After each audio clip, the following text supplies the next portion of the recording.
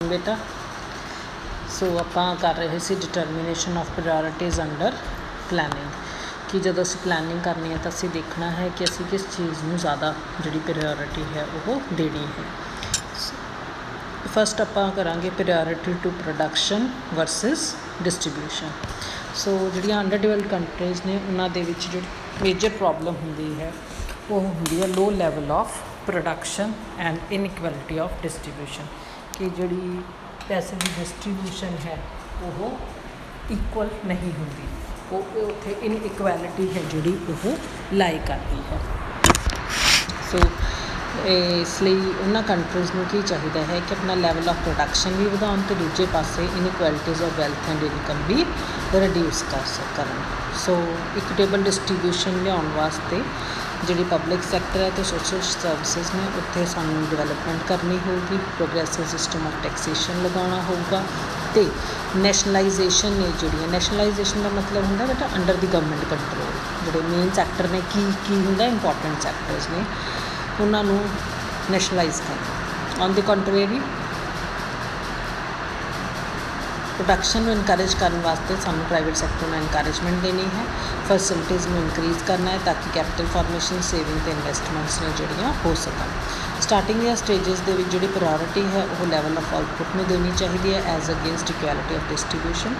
ਸੋ ਜਿਵੇਂ time pass ਹੁੰਦਾ ਹੈ ਜਿਹੜਾ objective of equality of income ਹੈ ਉਹਨੂੰ ਅਸੀਂ ਅਚੀਵ ਕਰਨਾ ਹੈ।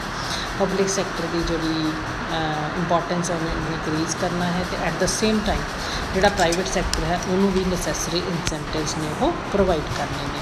ਸੋ ਡਿਸਟ੍ਰੀਬਿਊਸ਼ਨ ਅਤੇ ਪ੍ਰਾਈਸ ਡਿਟਰਮੀਨੇਸ਼ਨ ਐਸੈਂਸ਼ੀਅਲ ਗੁਡਸ ਦਾ ਉਹ ਕੰਟਰੋਲ ਕਰਨਾ ਹੈ।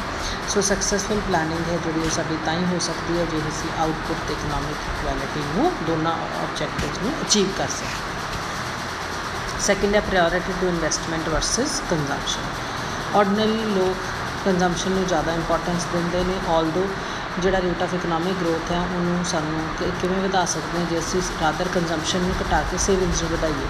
ਸੋ ਪਲੈਨਿੰਗ ਅਥਾਰਟੀ ਕੀ ਕਰੇ ਕਿ ਕੰਜ਼ੰਪਸ਼ਨ ਨੂੰ ਲਿਮਿਟ ਕਰ ਦੇ, ਇਨਵੈਸਟਮੈਂਟ ਹੈ ਜਿਹੜੀ ਉਹ ਪ੍ਰੋਪਰ ਹੋਵੇ ਤਾਂ ਕਿ ਜਿੰਨੇ ਵੀ ਰਿਸੋਰਸਿਸ ਸਾਡੇ ਕੋਲ ਆਈਡਲ ਪਏ ਨੇ ਉਹਨਾਂ ਨੂੰ ਅਸੀਂ ਰਿਸੋਰਸਿਸ ਨੂੰ ਇਕੋਨਮੀ ਦੇ ਵਿੱਚ ਲਗਾ ਸਕੀਏ। ਜੇ ਪ੍ਰੋਡਕਸ਼ਨ ਕੰਜ਼ਿਊਮਰ ਗੁਡਸ ਦੀ ਉਨੀ ਇਨਕਰੀਜ਼ ਨਹੀਂ ਹੁੰਦੀ ਜਿਸ ਹਿਸਾਬ ਦੇ ਨਾਲ ਕੰਜ਼ੰਪਸ਼ਨ ਹੈ ਤਾਂ ਫਿਰ ਕੀ ਹੁੰਦਾ ਹੈ ਪ੍ਰਾਈਸਿਸ ਇਨਕਰੀਜ਼ ਹੁੰਦੇ ਨੇ, ਐਡਵਰਸਲੀ ਅਫੈਕਟ ਹੁੰਦੀਆਂ ਨੇ ਇਕੋਨਮੀ। ਸੋ ਕੰਜ਼ੰਪਸ਼ਨ ਹੈ ਜਿਹੜੀ ਉਹਨੂੰ ਜ਼ਿਆਦਾ ਇੰਪੋਰਟੈਂਸ ਦੇਣੀ ਚਾਹੀਦੀ ਹੈ ਐਜ਼ ਟੂ ਦ ਇਨਵੈਸਟਮੈਂਟ। ਫਿਰ ਹੈ ਇੰਡਸਟਰੀ ਅਤੇ ਐਗਰੀਕਲਚਰ ਨੂੰ ਜਿਹੜਾ ਹੈ ਪ੍ਰਾਇਓਰਿਟੀ ਦੇਣੀ ਹੈ। ਅੰਡਰ ਡਿਵੈਲਪਡ ਕੰਟਰੀਜ਼ ਜਿੱਥੇ ਐਗਰੀਕਲਚਰ ਪ੍ਰੋਡਕਸ਼ਨ ਬਹੁਤ ਲੋ ਹੁੰਦੀ ਹੈ ਉੱਥੇ ਐਗਰੀਕਲਚਰ ਅਤੇ ਇੰਡਸਟਰੀ ਦਾ ਜਿਹੜਾ ਕਨਫਲਿਕਟ ਆ ਉਹ ਨਹੀਂ ਹੁੰਦਾ ਕਿਉਂਕਿ ਅਲੱਗ ਅਲੱਗ ਹੀ ਚੱਲ ਰਹੀਆਂ ਹੁੰਦੀਆਂ ਨੇ। ਐਗਰੀਕਲਚਰ ਵੀ ਬਹੁਤ ਸਲੋ ਚੱਲ ਰਹੀ ਹੈ, ਇੰਡਸਟਰੀ ਵੀ ਇੰਨੀ ਸਲੋ ਹੁੰਦੀ ਹੈ, ਉੱਥੇ ਕੋਈ ਕੰਪੀਟੀਸ਼ਨ ਨਹੀਂ ਹੁੰਦਾ।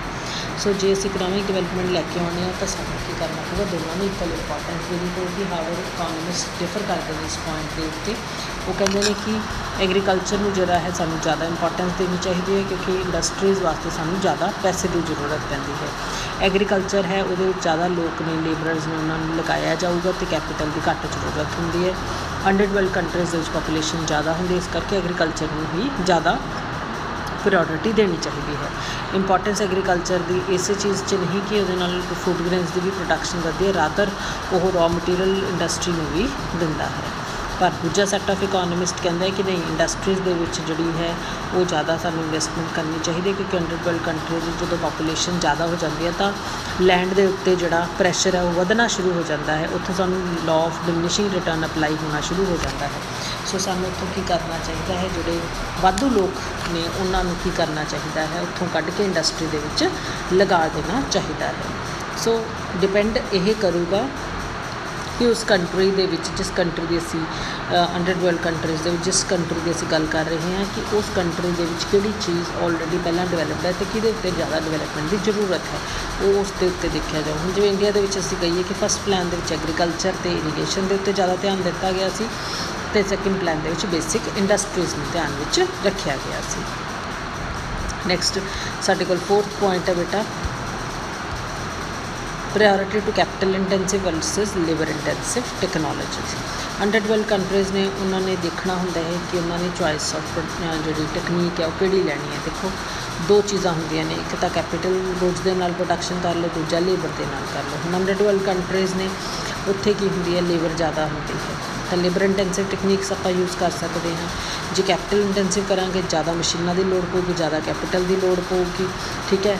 ਲੋਕ ਘੱਟ ਇੰਪਲੋਏ ਹੋਣਗੇ, ਅਨਇੰਪਲੋਇਮੈਂਟ ਦਾ ਰੇਟ ਵਧੂਗਾ, ਲੋਕਾਂ ਕੋਲ ਚੀਜ਼ਾਂ ਨਹੀਂ ਆਉਣਗੀਆਂ। ਪ੍ਰੋਡਕਸ਼ਨ ਕਿਹਦੇ ਵਾਸਤੇ ਕਰੂੰਗੇ ਜਦ ਲੋਕਾਂ ਕੋਲ ਕੰਜ਼ੰਪਸ਼ਨ ਲਈ ਪੈਸੇ ਹੀ ਨਹੀਂ ਹੋਣਗੇ, ਠੀਕ ਹੈ ਨਾ। ਸੋ ਸਾਨੂੰ ਕੀ ਕਰਨਾ ਚਾਹੀਦਾ ਹੈ ਕਿ ਜਿਹੜੇ ਇਕਨੋਮਿਕ ਡਿਵੈਲਪਮੈਂਟ ਹੈ ਉਹਨੂੰ ਲਿਆਉਣ ਵਾਸਤੇ ਰਾਦਰ ਵਨ ਵੇ ਹੋ ਕੇ ਕਦੇ ਵੀ ਨਹੀਂ ਚੱਲਿਆ ਜਾਂਦਾ ਹੁੰਦਾ। ਸਾਨੂੰ ਦੋਨੋਂ ਹੀ ਕੈਪੀਟਲ ਇੰਟੈਂਸਿਵ ਅਤੇ ਲੇਬਰ ਇੰਟੈਂਸਿਵ ਦੋਨੋਂ ਹੀ ਟੈਕਨੀਕਸ ਨੂੰ ਯੂਜ਼ ਕਰਨਾ ਚਾਹੀਦਾ ਹੈ। ਸਟਾਰਟਿੰਗ ਦੇ ਸਟੇਜਸ ਦੇ ਵਿੱਚ ਅਸੀਂ ਲੇਬਰ ਇੰਟੈਂਸਿਵ ਟੈਕਨੀਕ ਦੇ ਉੱਤੇ ਜ਼ਿਆਦਾ ਇੰਪੋਰਟੈਂਸ ਪ੍ਰੋਵਾਈਡ ਕਰ ਦਿੰਦੇ ਹਾਂ। With increase in the rate of economic growth ਜ਼ਿਆਦਾ ਸਟ੍ਰੈਸ ਹੈ ਜਿਹੜਾ ਉਹ ਕੈਪੀਟਲ ਇੰਟੈਂਸਿਵ ਟੈਕਨੀਕ ਦੇ ਉੱਤੇ ਲਗਾ ਦਿੱਤਾ ਜਾਂਦਾ ਹੈ।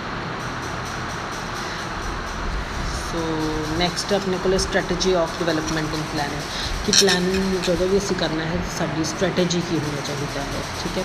ਫਸਟ ਹੈ investment and saving. Strategy of development planning ਦੇ ਵਿੱਚ ਡਿਪੈਂਡ ਕਰਦੀ ਹੈ ਕਿ ਅਸੀਂ ਰੇਟ ਆਫ ਸੇਵਿੰਗ ਅਤੇ ਇਨਵੈਸਟਮੈਂਟ ਕਿੰਨਾ ਕਰਨਾ ਹੈ। ਰੇਟ ਆਫ ਇਨਵੈਸਟਮੈਂਟ ਡਿਪੈਂਡ ਕਰਦਾ ਹੈ ਕਿ ਨੈਸ਼ਨਲ ਇਨਕਮ ਅਤੇ ਪਰ ਕੈਪੀਟਲ ਇਨਕਮ ਦੇ ਵਿੱਚ ਕਿੰਨੀ ਇਨਕਰੀਜ਼ ਆਈ ਹੈ, ਕੀ ਅਸੀਂ ਟਾਰਗੇਟ ਫਿਕਸ ਕਰਨੇ ਨੇ ਐਗਰੀਕਲਚਰ ਅਤੇ ਇੰਡਸਟਰੀ ਵਾਸਤੇ, ਸਾਡੀ ਕੈਪੀਟਲ ਆਊਟਪੁੱਟ ਰੇਸ਼ੋ ਹੈ ਜਿਹੜੀ ਉਹ ਕਿੰਨੀ ਹੋਣੀ ਚਾਹੀਦੀ ਹੈ, ਅਤੇ ਇਨਵੈਸਟਮੈਂਟ ਹੈ ਜਿਹੜੀ ਅਸੀਂ ਉਹ ਕਿੰਨੀ ਕਰਨੀ ਹੈ। ਸੈਕਿੰਡ, ਪ੍ਰਾਇਓਰਿਟੀਜ਼ ਇਨ ਪਲੈਨਿੰਗ। ਪਲੈਨਿੰਗ ਦੇ ਸਾਡੀ ਪ੍ਰਾਇਓਰਿਟੀ ਕੀ ਹੋਣੀ ਚਾਹੀਦੀ ਹੈ। ਹੁਣ ਜਿਵੇਂ ਅੰਡਰ ਡਿਵੈਲਪ ਕੰਟਰੀਜ਼ ਨੇ, ਉੱਥੇ ਰਿਸੋਰਸਿਸ ਲਿਮਿਟਿਡ ਹੁੰਦੇ ਨੇ, ਪਰ ਸਾਰੇ ਸੈਕਟਰਸ ਨੇ ਜਿਹੜੇ ਉੱਥੇ ਡਿਵੈਲਪਮੈਂਟ ਦੀ ਜ਼ਰੂਰਤ ਹੁੰਦੀ ਹੈ, ਤਾਂ ਅਸੀਂ ਦੇਖਣਾ ਹੈ ਕਿ ਅਸੀਂ ਪਹਿਲਾਂ ਕਿਹੜੇ ਨੂੰ ਇੰਪੋਰਟੈਂਸ ਦੇਣੀ ਹੈ, ਦੂਜੇ 'ਤੇ ਕਿਹਨੂੰ ਦੇਣੀ ਹੈ, ਅਤੇ ਤੀਜੇ 'ਤੇ ਕਿਹਨੂੰ ਦੇਣੀ ਹੈ, ਠੀਕ ਹੈ। ਥਰਡ ਆ ਗਿਆ ਰਿਲੇਸ਼ਨਸ਼ਿਪ ਬਿਟਵੀਨ ਪਬਲਿਕ ਅਤੇ ਪ੍ਰਾਈਵੇਟ ਸੈਕਟਰ ਹੈ ਜਿਹੜਾ ਉਹ ਵੀ ਪ੍ਰੋਪਰ ਹੋਣਾ ਚਾਹੀਦਾ ਹੈ। ਜੇ ਦੋਨੋਂ ਹੀ ਸੈਕਟਰ ਦੇਖੋ ਇੱਕ ਦੂਜੇ ਦੇ ਕੰਪਲੀਮੈਂਟਰੀ ਨੇ, ਸੋ ਕੁਛ ਚੀਜ਼ਾਂ ਨੇ ਜਿਹੜੀਆਂ ਉਹ ਆਪਾਂ ਕੀ ਹੈ ਪਬਲਿਕ ਸੈਕਟਰ ਦੇ ਅੰਡਰ ਰੱਖ ਲਈ ਕਿ ਪਬਲਿਕ ਸੈਕਟਰ ਕੰਟਰੋਲ ਰੱਖ ਸਕਦਾ ਹੈ, ਜਿਹੜੇ ਰੈਸਟ੍ਰਿਕਸ਼ਨਸ ਨੇ ਉਹ ਪ੍ਰਾਈਵੇਟ ਸੈਕਟਰ ਦੇ ਵਿੱਚ ਨਹੀਂ ਲਗਾਈਆਂ ਜਾ ਸਕਦੀਆਂ। ਨੈਕਸਟ ਹੈ ਰਿਸੋਰਸਿਸ ਦੀ ਆਪਟੀਮਮ ਐਲੋਕੇਸ਼ਨ। ਇਸ ਆਬਜੈਕਟਿਵ ਨੂੰ ਪੂਰਾ ਕਰਨ ਵਾਸਤੇ ਸਾਨੂੰ ਇੱਕ ਡਿਵੈਲਪਮੈਂਟ ਸਟ੍ਰੈਟਜੀ ਚਾਹੀਦੀ ਹੈ ਤਾਂ ਕਿ ਅਸੀਂ ਪ੍ਰੋਪਰ ਐਲੋਕੇਸ਼ਨ ਕਰ ਸਕੀਏ ਇਕਨੋਮਿਕ ਰਿਸੋਰਸਿਸ ਦੇ ਵਿੱਚ। ਪ੍ਰਾਈਵੇਟ ਸੈਕਟਰ ਦੇ ਵਿੱਚ ਜਿਹੜੀ ਹੈ ਐਲੋਕੇਸ਼ਨ ਹੈ ਪ੍ਰਾਈਸ ਮੈਕੈਨਿਜ਼ਮ ਦੇ ਅਕੋਰਡਿੰਗਲੀ ਹੁੰਦੀ ਹੈ, but in public sector profit motive ਇੱਕ ਗਾਈਡਿੰਗ ਫੋਰਸ ਨਹੀਂ ਹੁੰਦਾ। ਸੋ ਆਪਟੀਮਮ ਐਲੋਕੇਸ਼ਨ ਆਫ ਰਿਸੋਰਸਿਸ ਦਾ ਵਾਸਤੇ ਸਾਨੂੰ ਕੀ ਚਾਹੀਦਾ ਹੈ ਕਿ ਅਸੀਂ ਇੱਕ ਇਹੋ ਜਿਹੀ ਡਿਵੈਲਪਮੈਂਟ ਸਟ੍ਰੈਟਜੀ ਬਣਾਈਏ ਤਾਂ ਕਿ ਜਿਹੜੇ ਲੋਕ ਨੇ ਉਹ ਰੈਵਨਿਊ ਨੂੰ ਇਨਕਰੀਜ਼ ਕਰ ਸਕਣ ਕੋਸਟ ਤੋਂ ਜ਼ਿਆਦਾ। ਤਾਂ ਇਹੋ ਜਿਹੀ ਡਿਵੈਲਪਮੈਂਟ ਸਟ੍ਰੈਟਜੀ ਹੋਣੀ ਚਾਹੀਦੀ ਹੈ ਤਾਂ ਕਿ ਪ੍ਰਾਈਸ ਮੈਕੈਨਿਜ਼ਮ ਹੈ ਜਿਹੜਾ ਉਹ ਇਸ ਤਰੀਕੇ ਦਾ ਆ ਸਕੇ ਕਿ ਸ਼ਾਰਪ ਫਲਕਚੁਏਸ਼ਨਸ ਨੇ ਜਿਹੜੀਆਂ ਉਹ ਨਾ ਆ ਸਕਣ। ਨੈਕਸਟ ਹੈ ਮੋਨੇਟਰੀ ਐਂਡ ਫਿਸਕਲ ਪਾਲਿਸੀ। ਬੇਟਾ ਮੋਨੇਟਰੀ ਪਾਲਿਸੀ ਹੁੰਦੀ ਹੈ ਮਨੀ ਦੇ ਰਿਲੇਟਡ, ਜਿਹਦੇ ਵਿੱਚ ਅਸੀਂ ਦੇਖਦੇ ਹਾਂ ਕਿ ਕੰਟਰੀ ਦੇ ਸਾਨੂੰ ਕਿੰਨੇ ਪੈਸੇ ਦੀ ਸਪਲਾਈ ਆਫ ਮਨੀ ਦੀ ਜ਼ਰੂਰਤ ਹੈ, ਕਿੰਨਾ ਕ੍ਰੈਡਿਟ ਚਾਹੀਦਾ ਹੈ, ਕੀ ਰੇਟ ਆਫ ਇੰਟਰਸਟ ਹੈ ਜਿਹੜਾ ਉਹ ਚੱਲ ਰਿਹਾ ਹੈ। ਫਿਸਕਲ ਪਾਲਿਸੀ ਹੈ ਸਰਕਾਰ ਦੇ ਰੈਵਨਿਊ ਅਤੇ ਐਕਸਪੈਂਡੀਚਰ ਦੀ ਪਾਲਿਸੀ ਹੁੰਦੀ ਹੈ ਕਿ ਸਰਕਾਰ ਨੇ ਕਿੱਥੇ ਟੈਕਸ ਲਾਉਣੇ ਨੇ, ਕਿੱਥੇ ਕਿਹੜੇ ਡਾਇਰੈਕਟ ਟੈਕਸਿਸ, ਕਿਹੜੇ ਇਨਡਾਇਰੈਕਟ ਟੈਕਸਿਸ ਲਾਉਣੇ ਨੇ, ਕਿਹੜੇ ਏਰੀਆਜ਼ ਦੇ ਉੱਤੇ ਗਵਰਨਮੈਂਟ ਨੇ ਪੈਸਾ ਖਰਚ ਕਰਨਾ ਹੈ।